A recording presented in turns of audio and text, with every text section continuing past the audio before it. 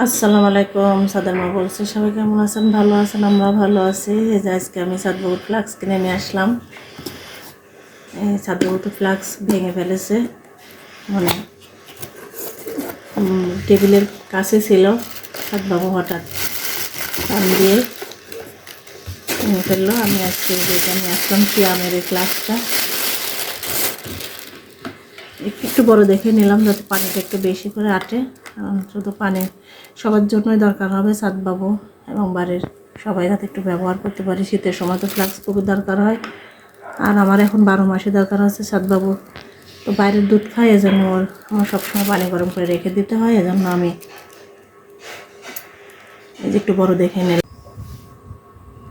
এই যে দুই ডিজাইনের নিলাম। ওইটা হচ্ছে এরকম হাত দিয়ে মানে টিপ দেওয়া লাগতো, আর এটা হচ্ছে যে হ্যান্ডেল মতো এরকম করে বেশ নেওয়ার জন্য।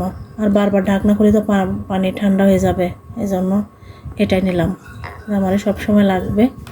আর দেখি ভেতরটা, সাদবাবু ঘুমাইছে ওখানে, ভালো করে আমি চেক করারও সময় পাইনি।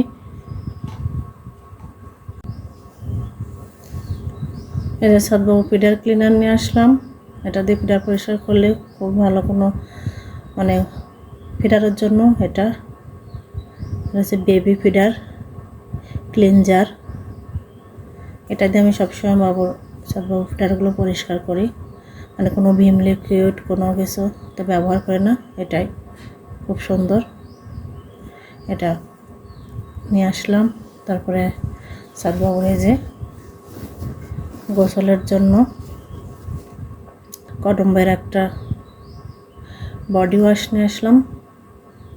এটা সাদবাবু এই শীতের জন্য, সাদবাবুকে আমি বেশি ভালো করে সাবান মাখাইতে পারি না, কারণ শীতের জন্য খুব তাড়াতাড়ি সাদবাবুকে মানে হালকা পানি দিয়ে গোসল করে তুলে নিয়েছি, যাতে ঠান্ডা না লাগে মতো করে। এই জন্য সাবান মাখানো আবার আমি এবার এই যে নতুন করে নিয়ে আসলাম। আর এই যে সাদবাবু এই যে বাজারে গিয়ে সে যে ঘুমায় গেছে,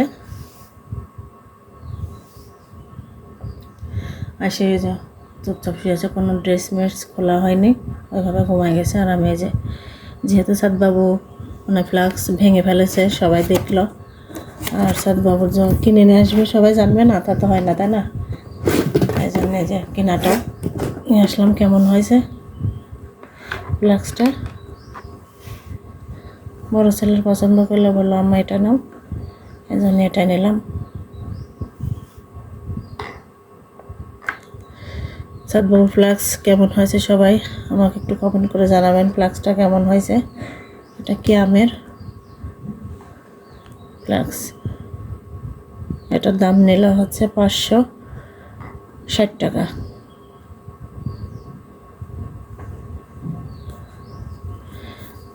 আর ক্লিনজারের দাম হচ্ছে 300 টাকা। আর গোসলের এই যে কদম্বের বডি ওয়াশের দাম হচ্ছে 240 টাকা।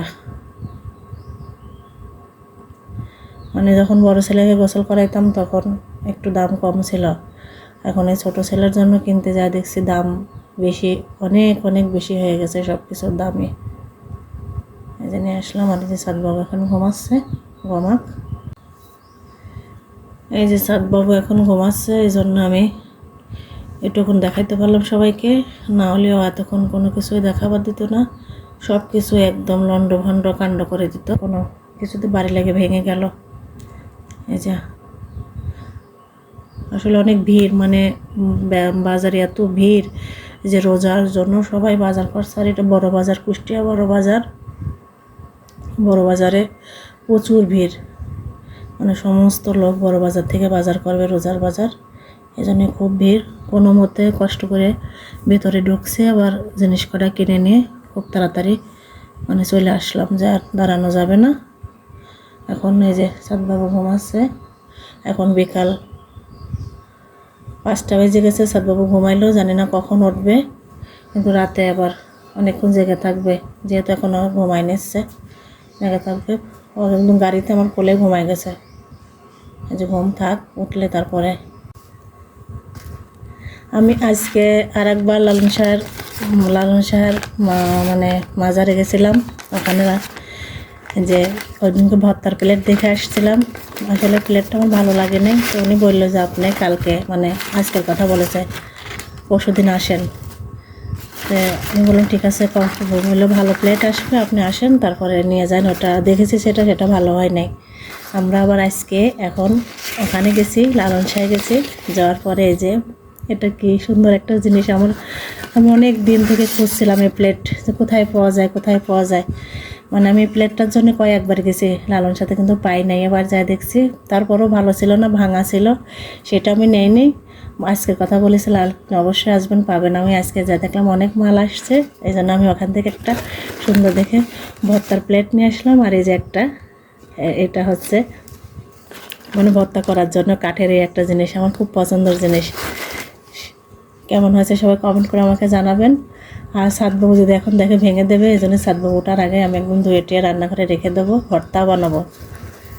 বেশ সুন্দর, অনেক দিন ধরে খুঁজছিলাম, আসলে আমাদের এখানে পাওয়া যায় না। আমি বলছিল যে এটা হচ্ছে ওই ঢাকার ওই দিকে পাওয়া যাবে।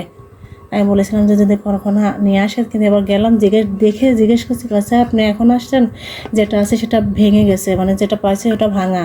আর আজকের কথা বলছিল যে আজকে কী বার, আজকে হচ্ছে সোমবার না, আপনি সোমবারে আসবেন যাতে আপনি ভালো মাল পাবেন। এই জন্য আমরা আজকে আবার লালন শাহে গেছি, তারপরে জিনিস নিয়ে আসলাম কিনে, এই যে ভর্তা করার জন্য। খুব সুন্দর হয়েছে। এই যে আজকের ভিডিওটি পর্যন্তই, আল্লাহ হাফেজ।